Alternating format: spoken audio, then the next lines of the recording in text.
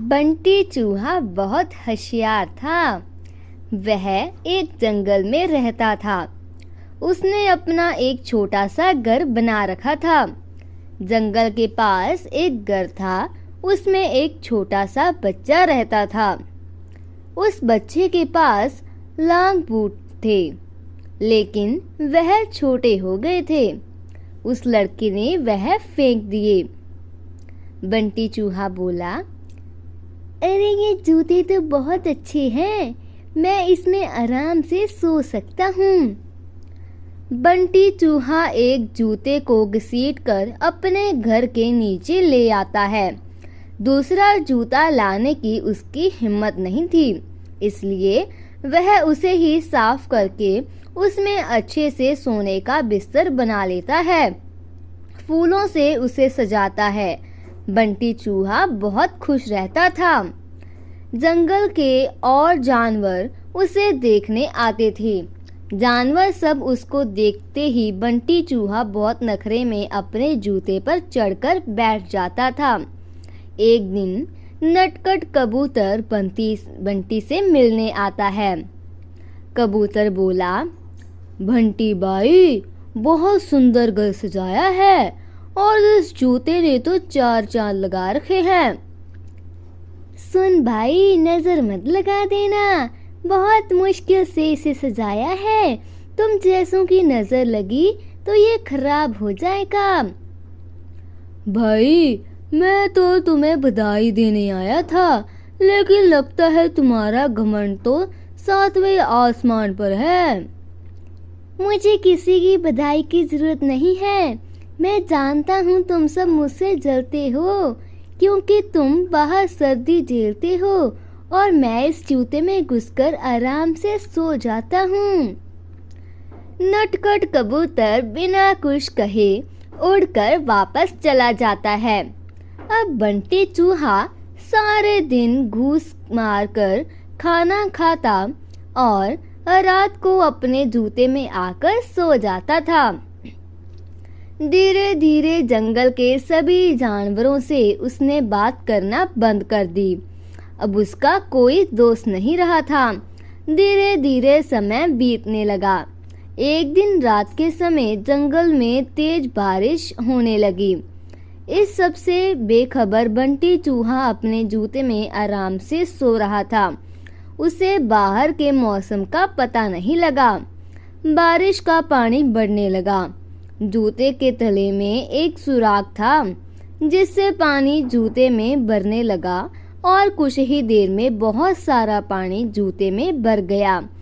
तभी बंटी चूहे की नींद खुली, लेकिन तब तक बहुत देर हो चुकी थी। पानी बढ़ता ही जा रहा था। उसे लगा कि अब वह मर जाएगा। बंटी चूहा जोर जोर से चिल्लाने लगा, लेकिन बारिश की आवाज में किसी ने उसकी आवाज नहीं सुनी। बंटी चूहे को अपनी मौत साफ नजर आ रही थी। वह जोर जोर से उछलने लगा। उछलते उछलते वह जूते से बाहर निकलना चाह रहा था, लेकिन जूता इतना लंबा था कि वह बाहर निकल ही नहीं पा रहा था।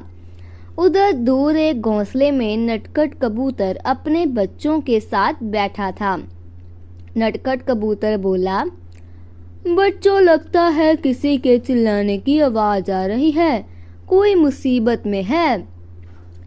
उसने बाहर निकल के देखा कि आवाज उस जूते में से आ रही थी।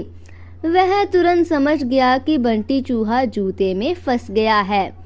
नटखट कबूतर बिना देर किए किसी तरह उड़कर वहां पहुंच गया।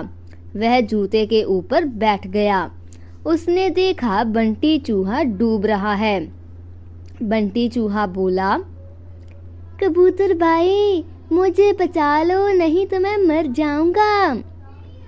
क्यों? तुम्हें तो इस जूते के सिवा किसी की जरूरत ही नहीं थी। अब क्या हुआ? भैया बचा लो, मैं घमंड में आ गया था। यह सुनकर नटखट कबूतर उसे अपनी चोंच से पकड़कर खींचने लगा, लेकिन बंटी चूहे का वजन ज्यादा था। नटखट कबूतर उसका वजन नहीं उठा पाया। तभी नटखट कबूतर बोला, भाई रुको, मैं अभी बाकी जानवरों को बुला कर लाता हूँ। नटखट कबूतर जंगल में जाता है, लेकिन सभी जानवर बंटी चूहे की मदद के लिए मना कर देते हैं। तभी रास्ते में उसे कालू कौआ मिलता है। वह उसके साथ आ जाता है। दोनों मिलकर बंटी चूहे की एक एक टांग चोंच में दबाकर उड़ जाते हैं और उसे अपने ऊपर बने घर में रख देते हैं। बंटी चूहा अपने किए पर बहुत पछताता है। अगले दिन वह जूते को खींचकर उल्टा कर देता है। उससे उसका पानी निकल जाता है। उसके बाद वह उस जूते को घसीट कर ले जाता है और नदी में फेंक देता है। यह देखकर नटखट कबूतर और कालू कौआ बहुत खुश होते हैं। फिर बंटी चूहा सब जानवरों के पास जाकर सबसे माफी मांगता है। दोस्तों, ऐसी और मजेदार कहानियाँ सुनने के लिए हमारे इस चैनल को लाइक एंड सब्सक्राइब करें। Thank you.